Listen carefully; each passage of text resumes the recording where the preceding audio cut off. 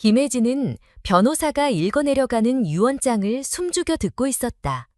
친척들은 각자 수십억 원대의 부동산과 주식을 배분받으며 만족스러운 표정을 감추지 않았다. 누구도 혜진을 돌아보지 않았다. 이혼 후 생활고에 시달리며 아이들 양육권 소송까지 버거운 그녀를 가족들은 이미 오래전에 무가치한 사람으로 취급하고 있었기 때문이다. 잠시 정적이 흐른 뒤 변호사 목소리가 다시 울렸다. 김혜진에게는 기념주화 1,000원권 1개를 남긴다. 그 순간 웃음이 터져나왔다. 사람들은 노골적으로 비웃었다. 수억, 수십억 원을 나눠 가진 자리에서 오직 그녀에게만 주어진 것은 단 하나의 동전이었다. 모두가 농담처럼 여겼고 몇몇은 의도적으로 박수를 치며 조롱했다. 혜진은 얼굴이 화끈거렸지만 끝까지 자리를 지켰다. 변호사는 작은 상자를 건네며 무표정한 얼굴로 말했다. 상자 속에는 반짝이는 기념주화 1,000원짜리 동전이 들어있었다. 겉으로 보기엔 흔한 수집용 주화 같았지만 자세히 들여다보자 동전의 옆면에는 조부의 이니셜이 정교하게 새겨져 있었다. 아무도 그런 세부까지 눈여겨보지 않았고 그녀조차 순간적으로 숨이 막히듯 놀랐다. 단순한 화폐가 아니라 마치 누군가를 위한 암호처럼 보였다. 하지만 그 순간의 감정은 곧 비웃음과 경멸의 시선에 덮였다. 그녀는 떨리는 손으로 동전을 받아들며 속으로 중얼거렸다. 이게 다야. 조부가 마지막 순간까지 자신을 무시했다는 생각에 자존심은 산산이 부서졌다. 친척들은 조롱을 멈추지 않았고 변호사조차 더 이상 설명하지 않았다. 단지 공식적인 절차에 따라 전달했을 뿐이라는 태도였다. 법정과 같은 긴장된 분위기 속에서 마무리된 유언장 낭독 후 가족들은 웃으며 재산 이야기를 나눴다. 혜진은 홀로 앉아 동전을 손에 쥔 채 굳어 있었다. 그것은 그녀에게 상처이자 모욕의 증거처럼 느껴졌다. 단 하나 남은 동전은 허망하고 초라해 보였다. 그러나 동시에 마음 한구석에서는 알 수 없는 불길한 떨림이 일고 있었다. 단순한 동전이 아니라는 예감, 그리고 그 예감이 자신의 삶을 송두리째 바꿀 수 있다는 막연한 두려움이었다. 집으로 돌아오는 길, 혜진은 아이들이 떠올랐다. 양육권 소송에서 이미 불리한 상황에 놓여 있었고 안정된 직장도 없는 그녀에게 이번 상속은 마지막 희망일 수 있었다. 하지만 돌아온 것은 1,000원짜리 기념주화 1개였다. 손에 쥔 동전은 작고 가벼웠지만 그 위에 새겨진 작은 글자가 이상하게도 마음을 놓아주지 않았다. 조부가 왜 굳이 이 동전을 남겼는지, 왜 옆면에 이니셜을 새겨 넣었는지 아무도 알지 못했다. 며칠 뒤 그녀는 여느 때처럼 식당에서 일하며 하루를 버텼다. 고객들의 주문에 쫓기며 정신없이 움직였지만 주머니 속에서 느껴지는 동전의 무게가 계속 신경 쓰였다. 단순한 쇳조각에 불과하다면 이렇게 마음을 흔들 이유가 없었다. 하지만 아이들을 위해 무언가를 증명해야 하는 상황에서 그 작은 동전이 은근히 의지처가 되어주고 있었다. 밤이 되어 숙소로 돌아온 혜진은 동전을 꺼내 테이블 위에 올려놓았다. 옆면의 이니셜을 다시 확인하며 혹시 조부가 남긴 마지막 메시지는 아닐까 의심했다. 친척들의 조롱, 가족의 냉대, 법원의 차가운 시선 속에서 단 하나 손에 남은 것은 이 동전뿐이었다. 그녀는 속으로 다짐했다. 이것이 아무 의미 없는 모욕의 상징일지라도 끝까지 손에서 놓지 않겠다고. 설령 가치가 없다 해도 이 동전은 조부가 마지막 순간에 자신에게 건넨 유일한 물건이었다. 그리고 바로 그 순간 혜진은 알지 못했다. 이 작고 초라해 보이는 동전 하나가 훗날 하늘마을의 운명을 바꾸고 아이들을 지켜낼 열쇠가 될 것이라는 사실을. 서울 가정법원에서 열린 재판은 시작부터 무거운 분위기였다. 김혜진은 단정한 옷차림으로 법정 한쪽에 앉아 있었지만 그녀가 가진 것은 변호사 1명과 몇 장의 서류뿐이었다. 반대편에 앉아있는 전 남편 최민석은 잘 다려진 양복에 당당한 태도로 임했고 옆자리의 변호사는 전문성을 드러내며 수십 장의 자료를 책상 위에 펼쳐놓았다. 판사가 들어오자 모두가 일어났고 재판은 본격적으로 진행되었다. 판사는 먼저 가정조사관이 작성한 보고서를 확인했다. 보고서에는 두 아이의 생활 안정성, 교육 환경, 경제적 조건 등이 상세히 기록되어 있었다.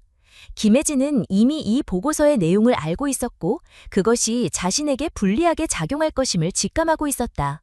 조사관은 아이들이 아버지 집에서 규칙적인 생활을 하고 있으며 충분한 공간과 학습 환경을 갖추고 있다고 명시했다.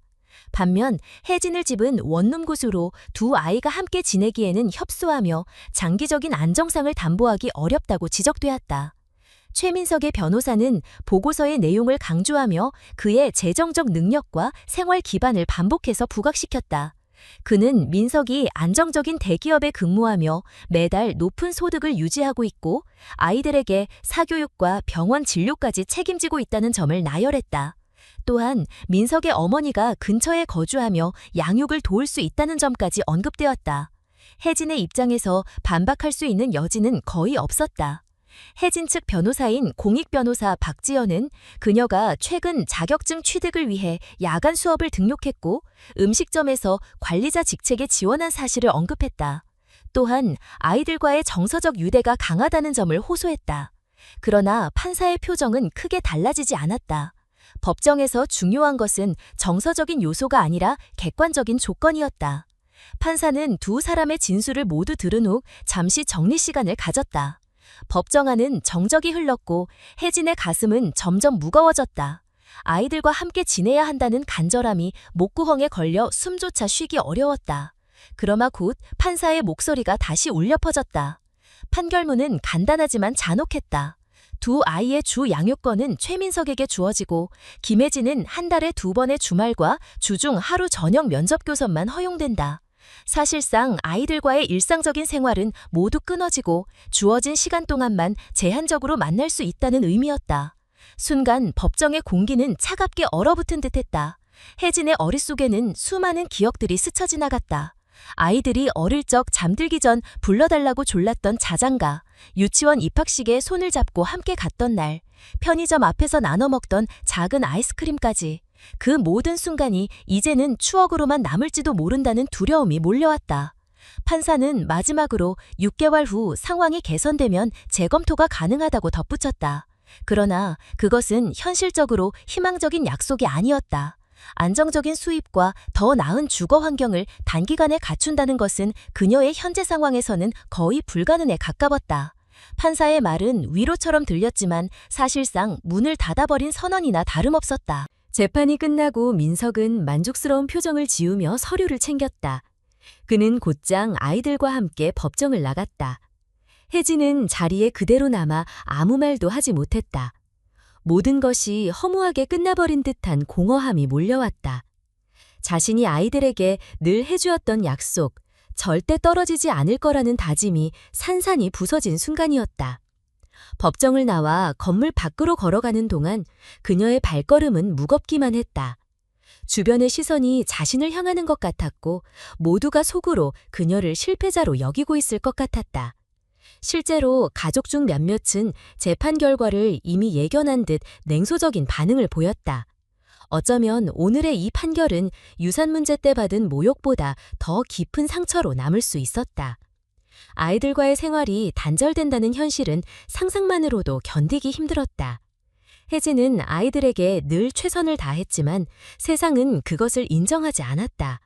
사회가 요구하는 것은 조건과 수치였고 그녀의 진심은 아무런 힘을 발휘하지 못했다. 이 사회의 냉정한 현실이 그녀를 철저히 몰아붙이고 있었다.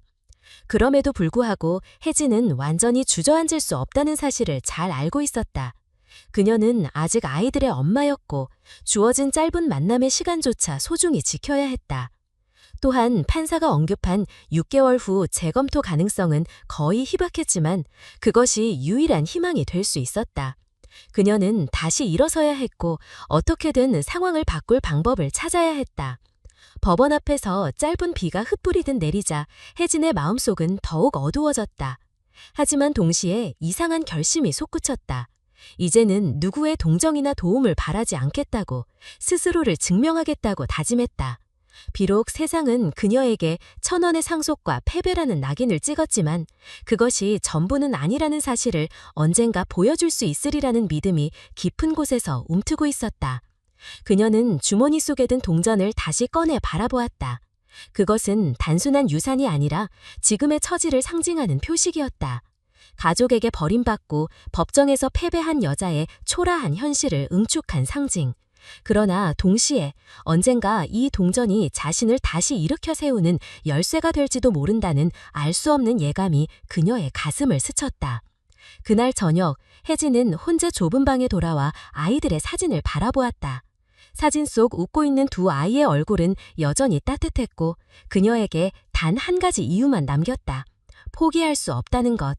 비록 오늘의 판결은 냉혹했지만 이것이 끝이 될 수는 없었다.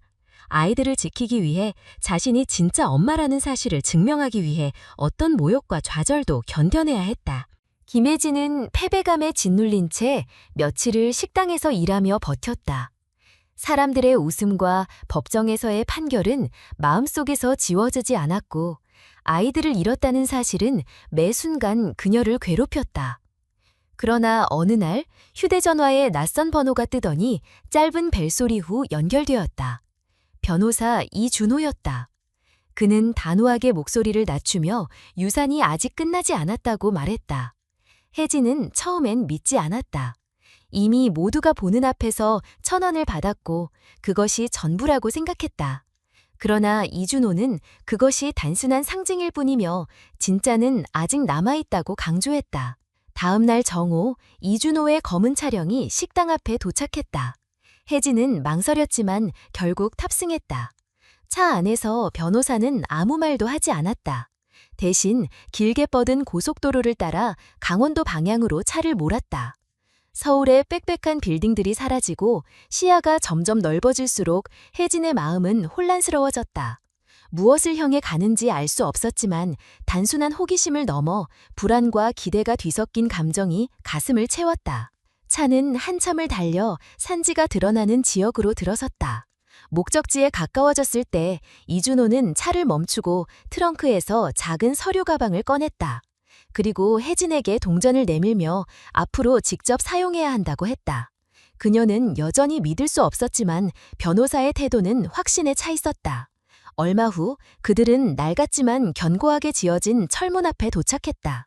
철문 옆에는 일반적인 비밀번호 키패드 대신 동전을 끼울 수 있는 원형 장치가 부착되어 있었다. 혜진은 순간 숨이 막히는 듯한 긴장감을 느꼈다. 단지 장난 같은 설정일 거라 생각했지만 이 모든 것이 고인의 뜻이라면 이야기가 달라졌다.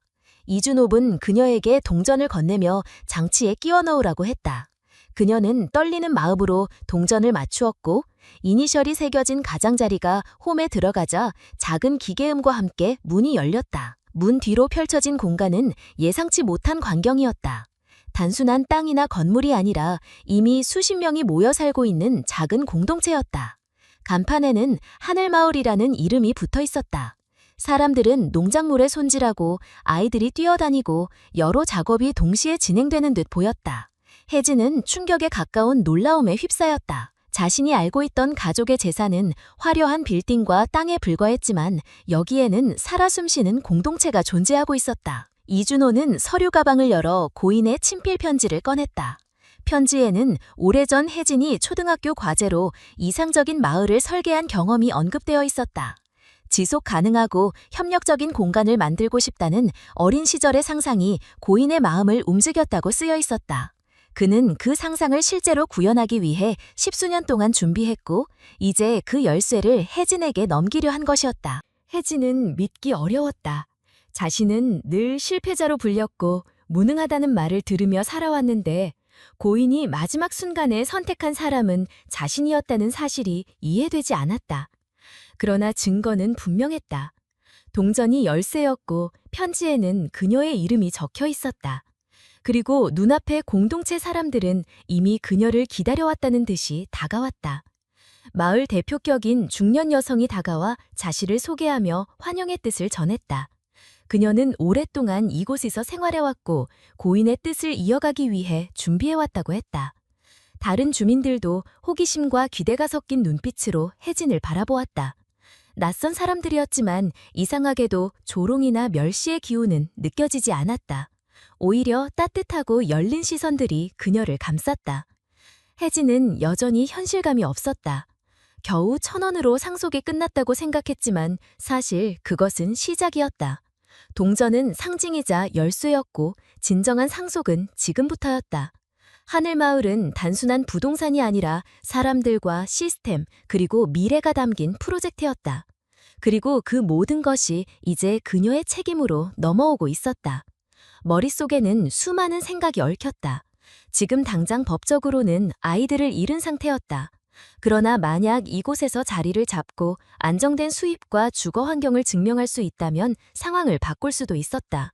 단순히 유산을 지키는 문제가 아니라 아이들을 되찾을 수 있는 마지막 기회가 여기에 있을지도 모른다는 가능성이 떠올랐다.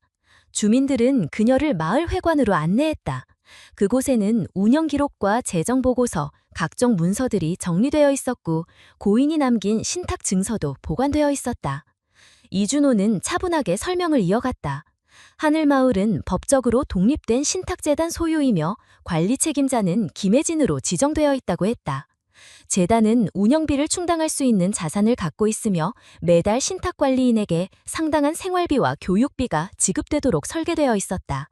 그것은 혜진이 법원에서 제시해야 하는 조건들을 충족시키기에 충분한 수준이었다.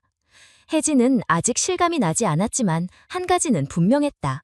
자신이 상속받은 것은 단순한 돈이나 땅이 아니라 하나의 세상이라는 점이었다. 실패자라 불리던 자신이 갑자기 중대한 책임을 떠맡게 되었고 그것이 두렵기도 했지만 동시에 희망의 불씨가 되기도 했다. 그녀는 편지를 다시 읽었다. 고인은 마지막 부분에 이렇게 적어두었다. 진정한 유산은 돈이 아니라 꿈이며 그 꿈을 실현할 수 있는 사람은 혜진뿐이라는 말이었다. 그 문장은 지금까지 어떤 말보다도 그녀의 마음을 깊게 울렸다. 그날 저녁 혜진은 회관 창가에 앉아 오랫동안 생각에 잠겼다. 지난 수년 동안 자신을 조롱했던 친척들, 법정에서의 모욕, 아이들을 빼앗긴 상실감, 그리고 지금 눈앞에 펼쳐진 새로운 가능성. 모든 것이 뒤엉켰지만 그녀는 직감적으로 알았다. 이곳이야말로 다시 시작할 수 있는 유일한 무대라는 것을. 동전 하나가 열어준 길은 우연이 아니었다. 이제부터 자신이 어떻게 하느냐에 따라 아이들을 되찾을 수도 완전히 잃을 수도 있었다. 김혜진은 마을 사람들과 짧은 인사를 나눈 뒤 회관에 마련된 공간으로 향했다.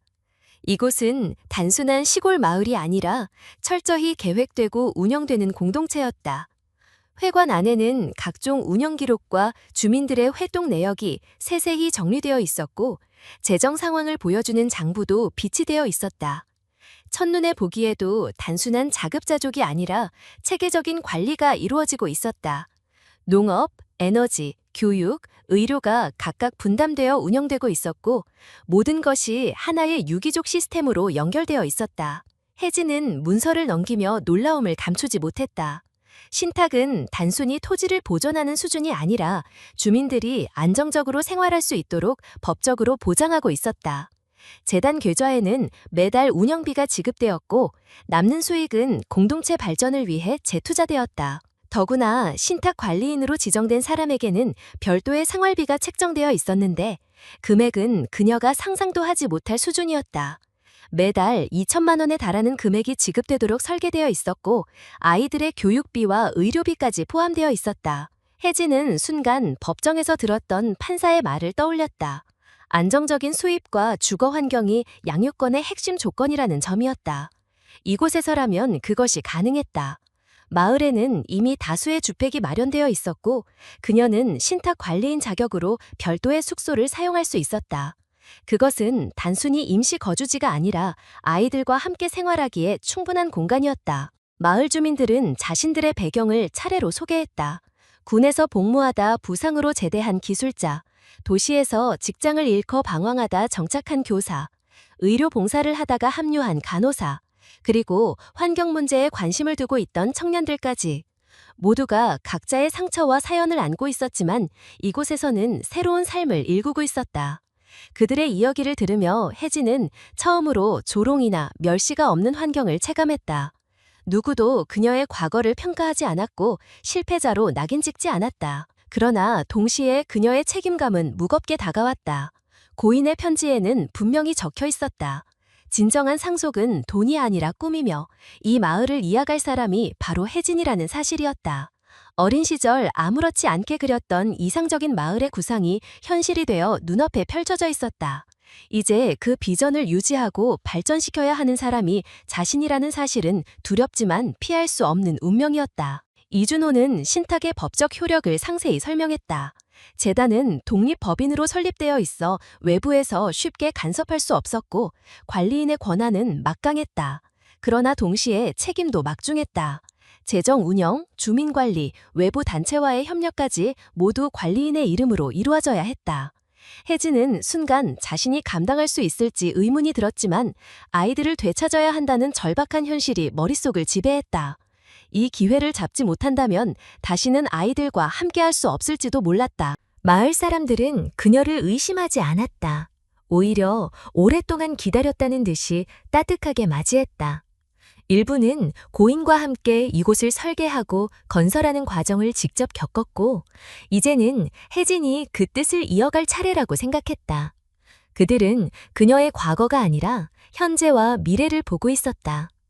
혜진은 그들의 시선을 느끼며 마음 한편에서 오랫동안 잊었던 자존심이 조금씩 살아나는 것을 느꼈다. 그날 밤, 그녀는 신탁 관리인 숙소에서 혼자 시간을 보냈다. 넓어 정돈된 공간은 지금까지 살아온 좁은 원룸과는 전혀 달랐다. 책상 위에는 고인의 사진과 함께 여러 서류가 놓여 있었는데 그중 하나는 법원 제출용 자료 초안이었다. 신탁에서 제공하는 월별 생활비와 주거 지원 내역, 아이들의 교육비와 의료비가 모두 상세히 기록되어 있었다. 그것은 곧 법정에서 반격할 수 있는 무기가 될 수 있었다. 혜진은 사진 속 고인의 얼굴을 바라보았다. 생전에 자신에게 특별한 애정을 표현한 적은 없었지만 마지막 순간에 선택한 사람은 자신이었다. 이유는 단순했다.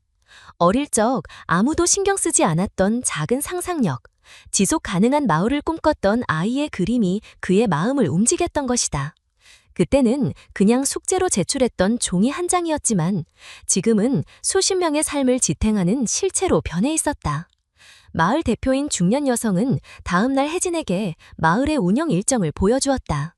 매일 아침 회의에서 공동의 과제를 논의하고 각자 역할을 맡아 수행하는 구조였다. 일부는 농사에, 일부는 교육에, 일부는 기술 유지에 참여했다.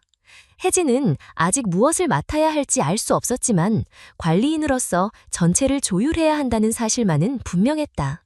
그녀의 머릿속에는 다시 아이들의 얼굴이 떠올랐다. 법정에서 아이들을 빼앗겼지만 지금은 상황이 달라졌다. 이곳은 단순한 은신처가 아니라 법적으로 보호받는 자산이었고 경제적 안정성을 보장해주는 장치였다. 여기에 자신이 관리인으로 지정되어 있다는 사실은 법정에서 결정적인 증거가 될 수 있었다.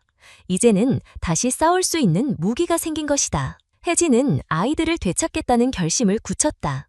조롱과 멸시 속에서 단돈 1,000원으로 버려졌던 순간은 이제 과거가 되었다. 그 동전은 단순한 모욕이 아니라 새로운 세계로 들어가는 열쇠였다. 그리고 그 열쇠가 그녀에게 남긴 것은 책임과 기회였다. 밤이 깊어갈수록 그녀의 마음속에는 두려움과 희망이 동시에 자리했다. 하지만 분명한 것은 하나였다. 이제 다시 무릎 꿇을 수 없다는 것, 어떤 어려움이 와도 아이들을 지켜내야 한다는 것이다. 하늘마을은 단순한 상속이 아니라 그녀가 다시 일어설 수 있는 무대였다. 그리고 그 무대 위에서 반드시 승리해야 했다. 김혜진은 이준호와 함께 법원에 제출할 서류에 서명했다. 신탁 관리인으로서 매달 지급되는 생활비와 교육비, 의료비에 관한 증빙 서류가 정리되어 있었고 안정적인 주거 공간과 법적 보호 장치까지 포함되어 있었다. 이 자료들은 단순한 주장이 아니라 객관적인 사실로 뒷받침될 수 있었고 이는 양육권 재심의 강력한 근거가 되었다. 그녀는 제출 서류를 들여다보며 여전히 긴장했지만 동시에 법정에서 다시 싸울 수 있다는 자신감이 조금씩 자라나고 있었다. 며칠 후 아이들을 만날 수 있는 시간이 주어졌다. 지정된 면회 장소 대신 하늘마을을 방문할 수 있도록 조정이 이루어졌고 혜진은 이 기회를 철저히 준비했다. 숙소를 정리하고 아이들이 좋아하는 음식을 마련하고 마을의 생활을 보여줄 수 있는 동선을 계획했다. 아이들이 처음으로 이곳을 경험하는 순간이 곧 다가왔다. 토요일 아침 최는석의 차량이 마을 입구에 멈췄다. 먼저 내린 은수는 호기심 어린 눈빛을 감추지 못했고 준호는 다소 경계하는 듯한 태도를 보였다. 혜진은 설레는 마음을 억누르며 두 아이를 맞이했다. 아이들에게 마을을 안내하는 동안 은수는 곧장 친구를 사귀고 작은 정원에서 뛰어다니며 즐거워했다. 반면 준호는 처음엔 냉담하게 굴었지만 곧 기술팀과 만나면서 태도가 변했다. 그는 마을에서 운영 중인 소형 수력발전 시스템과 드론 장비에 깊은 흥미를 보였고 엔지니어와 진지하게 이야기를 나누었다. 혜진은 그 모습을 보며 가슴이 벅차올랐다. 저녁이 되자 아이들과 함께 숙소 앞에서 음식을 나눴다. 은수는 벌써 마을 아이들과 친해져 떠나기 싫다고 했고 준호는 여전히 조심스러웠지만 관심을 숨기지 못했다. 그 순간 혜진은 이곳이 단순한 공동체가 아니라 아이들에게도 안정과 기회를 줄 수 있는 곳임을 확신했다. 이곳에서라면 아이들이 더 나은 미래를 가질 수 있었다. 그러나 기쁨은 오래가지 않았다. 며칠 뒤 혜진의 휴대전화로 김태환이 전화를 걸어왔다. 그는 겉으로는 부드러운 태도로 말했지만 본심은 분명했다. 하늘마을의 토지와 자원을 사들이고 싶다는 제안이었다. 금액은 무려 50억 원이었다. 태환은 그것이 혜진의 경제적 문제를 단숨에 해결해 줄 것이라 강조했고 양육권 문제에서도 유리하게 작용할 수 있다고 덧붙였다. 혜진은 순간 흔들렸지만 곧 마음을 다잡았다. 태환의 제안은 단순한 돈 거래가 아니었다. 그는 마을의 자원, 특히 리튬 매장 가능성을 노리고 있었다. 그 사실을 알고 있었기에 제안은 위협에 가까웠다. 하늘마을은 단순한 땅이 아니라 사람들과 아이들의 삶에 걸린 공간이었다. 혜진은 거절했지만 태환의 집요한 태도는 불길한 예감을 남겼다. 그날 밤 혜진은 숙소에서 홀로 서류를 펼쳐보았다. 신탁 문서와 함께 보관된 추가 자료에는 마을 부지에 대한 환경 보고서가 포함되어 있었다. 보고서에는 이 지역이 희귀한 생태계와 자원을 동시에 품고 있으며 잘못된 개발이 진행될 경우 회복 불가능한 피해가 발생할 수 있다는 경고가 담겨 있었다. 혜진은 태환이 왜 이 땅을 탐내는지 분명히 알 수 있었다. 그것은 단순한 사업이 아니라 장기적으로 거대한 이익을 가져올 수 있는 자원 때문이었다. 며칠 후 마을 회의에서 보안 문제가 논의되었다. 일부 주민들은 외부 기업의 움직임을 경계하고 있었고 최근 몇 차례 의심스러운 인물이 주변을 배회했다는 보고가 있었다. 이준호는 법적으로 마을을 보호할 장치를 강화해야 한다고 했고 기술팀은 드론 감시 시스템을 상시 가동하자고 제안했다. 혜진은 주민들의 의견을 들으며 태환이 단순히 제안으로 끝나지 않을 것임을 직감했다. 아이들과의 짧은 만남이 끝나고 다시 돌아간 후 혜진은 점점 더 강한 책임감을 느꼈다. 단지 엄마로서 아이들을 지키는 것을 넘어 하늘마을 전체를 지켜야 한다는 사명감이었다. 태환의 위협은 개인적인 것이 아니라 마을 전체와 그 미래를 위협하는 것이었다. 아이들을 되찾기 위해선 단순히 법정 싸움만이 아니라 이곳을 지켜내는 싸움도 필요했다. 그날 밤 혜진은 동전을 꺼내 손에 쥐었다. 처음엔 조롱의 상징이었던 그것이 이제는 공동체와 가족 그리고 미래의 열쇠가 되어 있었다. 그녀는 더 이상 흔들리지 않겠다고 마음속으로 다짐했다. 아이들을 위해, 마을을 위해, 그리고 자신을 위해 반드시 끝까지 싸우겠다고. 김혜진은 태환의 제안을 단호히 거절했지만 불길한 예감은 현실이 되었다. 며칠 뒤부터 마을 주변에서 낯선 차량이 포착되었고 감시용 드론 화면에는 알 수 없는 사람들이 댐 근처를 서성이는 모습이 찍혔다. 주민들은 불안에 휩싸였고 기술팀은 야간 감시를 강화했지만 상황은 점점 더 위태롭게 흘러갔다. 혜진은 마음 깊숙이 태환이 단순한 협상가가 아니라 목적을 위해 수단을 가리지 않는 인물이라는 사실을 절실히 깨달았다. 어느 날 저녁 기술팀은 댐 수위 조절 장치에 이상 신호가 발생했다고 보고했다. 평소보다 수위가 빠르게 올라가고 있었고 자동 개방 장치가 작동하지 않았다. 단순한 고장이라고 보기엔 수상한 점이 많았다. 불과 며칠 전 점검에서 이상이 없었던 설비가 갑자기 멈춘 것이었다. 주민들은 즉시 긴급회의를 열었고 혜진은 모든 보고서를 검토하며 태환의 그림자가 점점 짙어지는 것을 느꼈다. 상황은 빠르게 악화되었다. 밤새 폭우가 내리면서 댐의 수위는 한계치를 향해 치솟았다. 수문이 자동으로 열리지 않자 수력발전 설비 전체가 압박을 받기 시작했고 전력 공급에도 이상이 생겼다. 만약 이대로라면 하늘마을은 순식간에 물에 잠길 수 있었다. 혜진은 주민들을 대피시키라는 결정을 내리며 동시에 수동장치 가동을 준비하도록 지시했다. 그러나 현장에 도착한 기술팀은 충격적인 사실을 확인했다. 수동장치의 레버가 고의적으로 고정되어 있었고 일부 부품에는 부식 흔적까지 남아 있었다.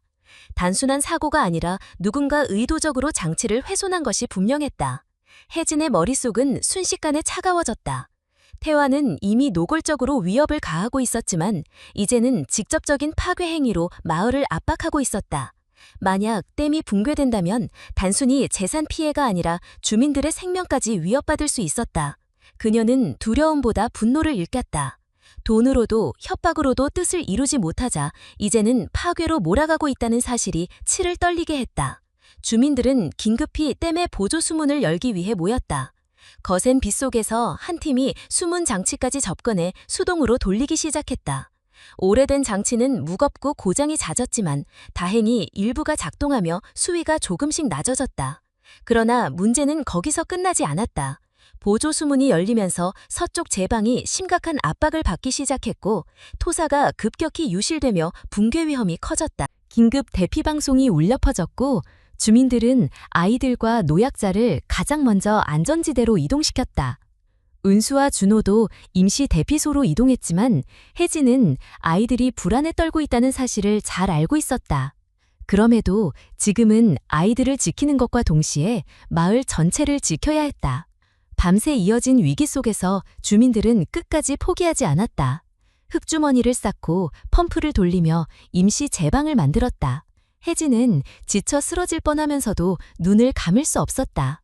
댐이 무너진다면 모든 것이 끝나기 때문이었다. 새벽이 밝아올 무렵 다행히 비는 잦아들었고 수위는 조금씩 안정되기 시작했다. 그러나 피해는 이미 컸다. 서쪽 제방 일부가 무너져 주택 여러 채가 침수되었고 농지 상당 부분이 물에 잠겼다. 다행히 인명피해는 없었지만 충격은 엄청났다. 주민들은 모두 이 사태가 단순한 자연재해가 아니라 누군가의 의도적인 방해라는 사실을 눈치채고 있었다. 이준호는 긴급히 법적 대응을 준비했다. 댐의 설비 기록과 훼손 흔적, 감시 카메라 영상까지 모두 증거로 확보되었다. 그는 태환의 이름을 직접 언급하지는 않았지만 혜진은 모든 정황이 그를 가리키고 있다는 것을 알고 있었다. 단순한 재산 분쟁이 아니라 이제는 생존을 건 싸움이었다. 주민들은 서로의 손을 맞잡으며 복구 작업에 돌입했다. 혜진은 침수된 가옥을 점검하고 피해 주민들의 임시 거처를 마련했다. 아이들은 불안해했지만 마을 어른들이 함께 나서서 안심시켰다. 위기 속에서도 공동체는 무너지지 않았다. 오히려 사람들의 결속은 더욱 강해졌다. 혜진은 밤이 되자 숙소에서 홀로 기록을 남겼다.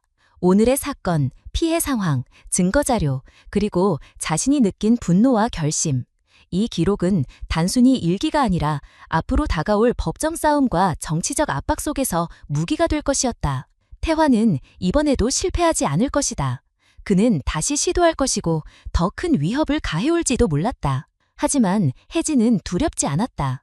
아이들과 마을 사람들, 그리고 이곳의 미래가 그녀에게 끝없는 힘을 주고 있었다. 그녀는 동전을 꺼내 책상 위에 올려두었다. 처음엔 단순한 모욕이었던 그것이 이제는 공동체와 아이들을 지키는 상징으로 변해 있었다. 혜진은 굳게 다짐했다. 태환의 위협이 아무리 거세더라도 이곳을 포기하지 않을 것이라고. 오늘 땀이 끝나면 또 다른 싸움이 시작될 것이 분명했지만 그녀는 더 이상 도망치지 않았다. 김혜진은 주민들과 함께 붕괴된 제방을 복구하는 작업을 이어갔다. 모두가 지쳐 있었지만 서로를 격려하며 무너진 집을 정리하고 흙을 다시 쌓아 올렸다. 농지가 잠겼지만 다행히 일부 작물은 회생 가능성이 있었고 공동창고에 보관된 비축물자가 있어서 당장 생존에 큰 문제는 없었다. 그러나 주민들 마음속에는 불안이 남아 있었다. 단순한 자연재해가 아니라 누군가의 의도적인 파괴라는 사실이 명백했기 때문이었다. 이준호는 확보된 증거자료를 정리해 당국에 제출할 준비를 하고 있었고, 일부 주민은 외부 언론과 접촉해 사건을 알리려 했다. 혜진은 갈등했다. 너무 일찍 세상에 알리면 태환이 역으로 정치적 로비를 통해 사건을 덮을 수 있었다. 그러나 숨긴다면 마을의 피해와 위험은 계속될 수밖에 없었다. 고민 끝에 그녀는 공개와 법적 절차를 동시에 추진하기로 결정했다. 언론의 주목은 방패이자 무기가 될 수 있었다. 며칠 후 주민들이 댐 점검을 다시 하던 중 이상한 흔적을 발견했다. 콘크리트 바닥 일부가 비정상적으로 들떠 있었고 그 안쪽에 원형의 금속판이 보였다. 크기는 손바닥만 했지만 중앙에 동전 모양의 홈이 파여 있었다. 혜진은 직감적으로 그것이 조부가 남긴 장치임을 알았다. 처음 상속받은 동전이 단순한 상징이 아니라 또 다른 열쇠라는 사실이 떠올랐다. 그녀는 서둘러 동전을 꺼내 금속판에 맞췄다. 금속판이 미세하게 움직이며 잠금 장치가 풀렸고 아래로 내려가는 통로가 드러났다. 주민 몇 명과 함께 내려가자 오래된 지하 공간이 나타났다. 벽은 견고한 철판으로 둘러싸여 있었고 내부에는 방수 처리된 금속 상자가 보관되어 있었다. 상자를 열자 여러 개의 서류 봉투와 저장 장치가 들어있었다. 그 안에는 오래된 토지 권리 증서, 광물 채굴권에 관한 문서, 그리고 조부가 남긴 재정 기록이 있었다. 가장 충격적인 것은 수십 년간 모아온 비밀 자료였다. 태환이 운영하는 기업이 과거에 저지른 불법 폐기물 투기, 환경 파괴, 정치인과의 비밀 로비 정황이 상세히 기록되어 있었다. 조부는 오랜 시간 이 자료들을 수집해왔고 언젠가 누군가가 진실을 드러낼 수 있도록 준비해둔 것이었다. 혜진은 숨이 막힐 만큼 놀랐다. 단순히 마을을 지키기 위한 상속이 아니라 거대한 싸움을 이어가도록 설계된 유산이었다. 또 다른 봉투에는 조부의 친필 편지가 들어있었다. 거기에는 마을을 단순한 피난처가 아닌 미래 세대를 위한 실험이자 희망으로 설계했다는 내용이 적혀 있었다. 그리고 언젠가 가족 중 누군가는 반드시 이를 지켜야 할 사명이 있다는 당부도 있었다. 혜진은 그 편지를 읽으며 눈물이 차올랐다. 자신이 선택받은 이유가 단순한 동정이나 우연이 아니라 조부가 오래전부터 믿었던 가능성이었음을 깨달았다. 이준호는 즉시 법적 가치가 있는 서류들을 별도로 복원했다. 토지와 광물에 대한 권리증서는 태환의 기업이 주장하는 권리를 무효화할 수 있는 강력한 무기였다. 환경 파괴 증거는 언론에 공개될 경우 여론을 완전히 뒤집을 수 있었다. 무엇보다 조부가 준비한 재정 기록에는 숨겨진 자산이 포함되어 있었고 그것은 하늘마을을 안정적으로 운영할 수 있는 막대한 재원이 되었다. 혜진은 책임감과 두려움이 동시에 몰려왔다. 이제 단순히 아이들의 양육권을 되찾는 문제가 아니라 거대한 기업과 정면으로 맞서야 했다. 태환은 이미 마을을 무너뜨리기 위해 불법적인 방법을 동원했다. 앞으로는 더 거센 공격이 이어질 것이 분명했다. 하지만 이번에는 증거와 자산 그리고 공동체가 있었다. 그녀는 혼자가 아니었다. 며칠 뒤 언론의 일부 자료가 흘러나갔다. 대기업의 불법 행위와 마을댐 파괴 의혹이 기사화되자 사회적 반영이 거세게 일어났다. 시민단체가 나서서 진상 규명을 요구했고 정보기관도 조사에 착수했다. 태환의 기업은 긴급 기자회견을 열어 부인했지만 여론은 이미 돌아섰다. 주민들은 불안 속에서도 희망을 품었다. 이제 더 이상 숨어 지내는 작은 마을이 아니라 세상과 맞서 싸울 수 있는 힘을 가진 공동체가 되어가고 있었다.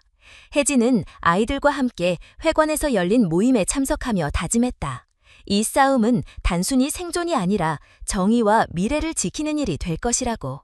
그날 밤 숙소로 돌아온 혜진은 동전을 책상 위에 올려놓고 다시 한번 조부의 편지를 읽었다. 모든 문장이 심장 깊숙이 파고들었다. 과거의 상처와 실패, 법정에서의 좌절, 가족들의 조롱은 이제 더 이상 그녀를 억누르지 못했다. 아이들을 되찾고 마을을 지키며 진실을 세상에 드러내는 것이 그녀의 길이라는 사실을 분명히 알았다. 태환은 아직 포기하지 않았을 것이다. 그러나 혜진은 더 이상 두렵지 않았다. 그녀는 준비되어 있었고 마을도 준비되어 있었다.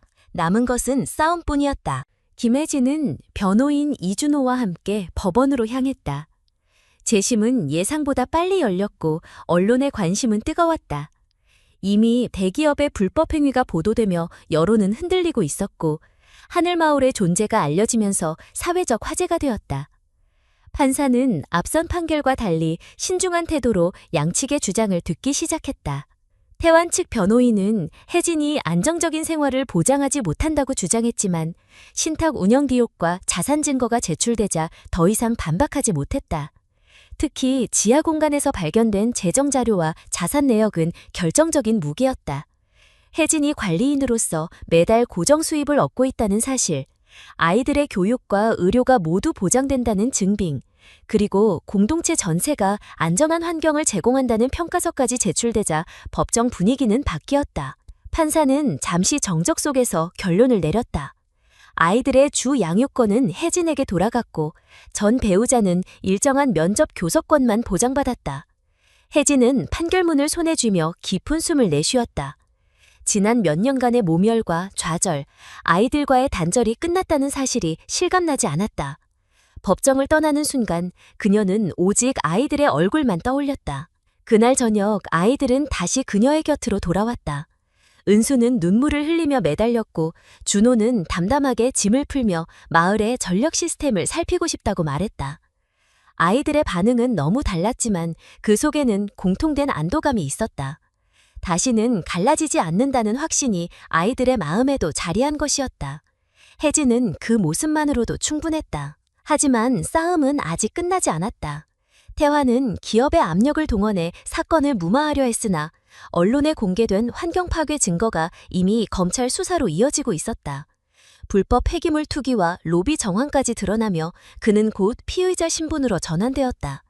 기업의 주가는 폭락했고 주주와 시민단체가 집단소송에 나서면서 회생은 불가능해졌다. 하늘마을은 위기를 기회로 바꾸고 있었다. 붕괴된 제방과 침수된 농지는 복구가 시작되었고 전국에서 자원봉사자와 후원단체가 몰려왔다.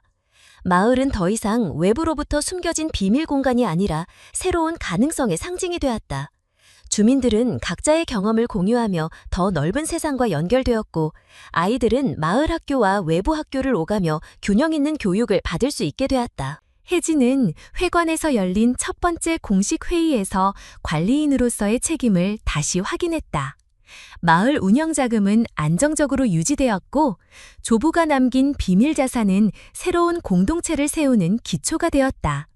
그녀는 단순히 상속인이 아니라 공동체의 지도자이자 미래를 설계하는 사람이 되어 있었다. 아이들도 변해 있었다. 은수는 정원에서 꽃을 가꾸며 작은 꿈을 키우기 시작했고 준호는 기술팀과 함께 드론과 발전 시스템을 다루며 자신의 가능성을 발견하고 있었다. 시간이 흐르며 한해 마을은 점점 확장되었다. 피해를 복구하는 과정을 통해 주민들은 더 큰 연대를 경험했고 외부에서 찾아온 이들과 함께 새로운 프로그램을 운영했다. 환경교육, 지속가능한 농업, 청소년을 위한 기술 캠프가 시작되었고 아이들은 그 중심에서 배우고 성장했다. 혜진은 그 모습을 보며 자신이 아이들에게 단순한 집이 아니라 삶의 의미와 희망을 되찾아 주었다는 사실을 실감했다. 태환은 결국 법정에서 중형을 선고받았다. 그의 몰락은 단순한 개인의 실태가 아니라 욕망과 탐욕으로 공동체를 무너뜨리려 했던 이들의 운명이 어떤 결과를 맞는지 보여주는 상징이 되었다. 언론은 혜진을 실패한 어머니에서 공동체의 지도자로, 사회적 약자에서 변화를 만든 인물로 조명하기 시작했다. 그러나 그녀는 그 어떤 칭송보다 아이들이 웃으며 격해 있다는 사실에만 마음을 두었다. 어느 날 저녁 주민들과 함께 복구된 회관 앞에서 작은 축제가 열렸다. 아이들이 무대에 올라 노래를 부르고 주민들이 함께 음식을 나누며 서로의 노고를 위로했다. 혜진은 잠시 사람들 사이에서 물러나 조부가 남긴 동전을 손에 쥐었다. 그 조롱의 상징이었던 동전은 이제 새로운 세계를 여는 열쇠가 되어 있었다. 그녀는 마음속으로 생각했다. 인생은 때때로 가장 작은 것, 가장 하찮게 보이는 것이 가장 큰 의미를 품고 있음을. 그 한 번의 선택, 그 한 번의 믿음이 한 사람의 삶을 바꾸고 공동체를 바꾸며 결국 세상을 바꿀 수 있다는 것을. 하늘마을의 불빛이 어둠 속에 차례로 켜졌다. 아이들의 웃음소리와 사람들의 환호가 이어졌다. 김혜진은 더 이상 과거의 실패나 조롱 속에 머물러 있지 않았다. 그녀는 아이들과 마을 사람들, 그리고 자신이 함께 만들어가는 미래 속에 서 있었다. 그리고 그 순간 그녀는 확신했다. 진정한 유산은 돈이 아니라 서로를 지켜내려는 마음과 함께 살아가려는 의지라는 것을. 그것이야말로 세대를 이어줄 가장 값진 상속이었다. 오늘도 긴 시간 동안 저희의 이야기를 끝까지 들어주신 모든 분들께 진심으로 감사드립니다. 여러분의 소중한 시간을 내어 함께 해주셨기에 이 이야기가 더욱 의미를 가질 수 있었습니다. 오늘 전해드린 이야기를 통해 우리는 삶에서 가장 작은 것처럼 보이는 것도 때로는 가장 큰 변화를 만들어낼 수 있다는 사실을 다시금 깨닫게 됩니다. 눈에 보이는 재산이나 겉모습이 전부가 아니며 진정한 유산은 서로를 믿고 지켜내려는 마음, 그리고 희망을 잃지 않는 용기라는 점을 함께 나눌 수 있었기를 바랍니다. 여러분의 공감과 따뜻한 마음이 이 채널을 이어가는 가장 큰 힘입니다. 앞으로도 저희는 감동과 교훈을 전하는 다양한 실화 이야기를 준비해 나가겠습니다. 작은 순간에도 울림을 주고 지친 일상 속에서 다시 힘을 낼 수 있는 이야기를 전하기 위해 늘 최선을 다하겠습니다. 이 채널이 계속해서 성장하고 더 많은 분들께 다가갈 수 있도록 여러분의 응원과 참여가 꼭 필요합니다. 이야기를 듣고 느낀 점이나 떠오른 생각을 아래 댓글로 나눠주시면 저희에게 큰 힘이 됩니다. 또한 좋아요를 눌러주시고 구독 버튼을 눌러 함께 해주신다면 앞으로도 더 많은 이야기로 찾아볼 수 있습니다. 다시 한번 진심으로 감사드리며 여러분의 하루에도 따뜻한 울림이 가득하기를 바랍니다.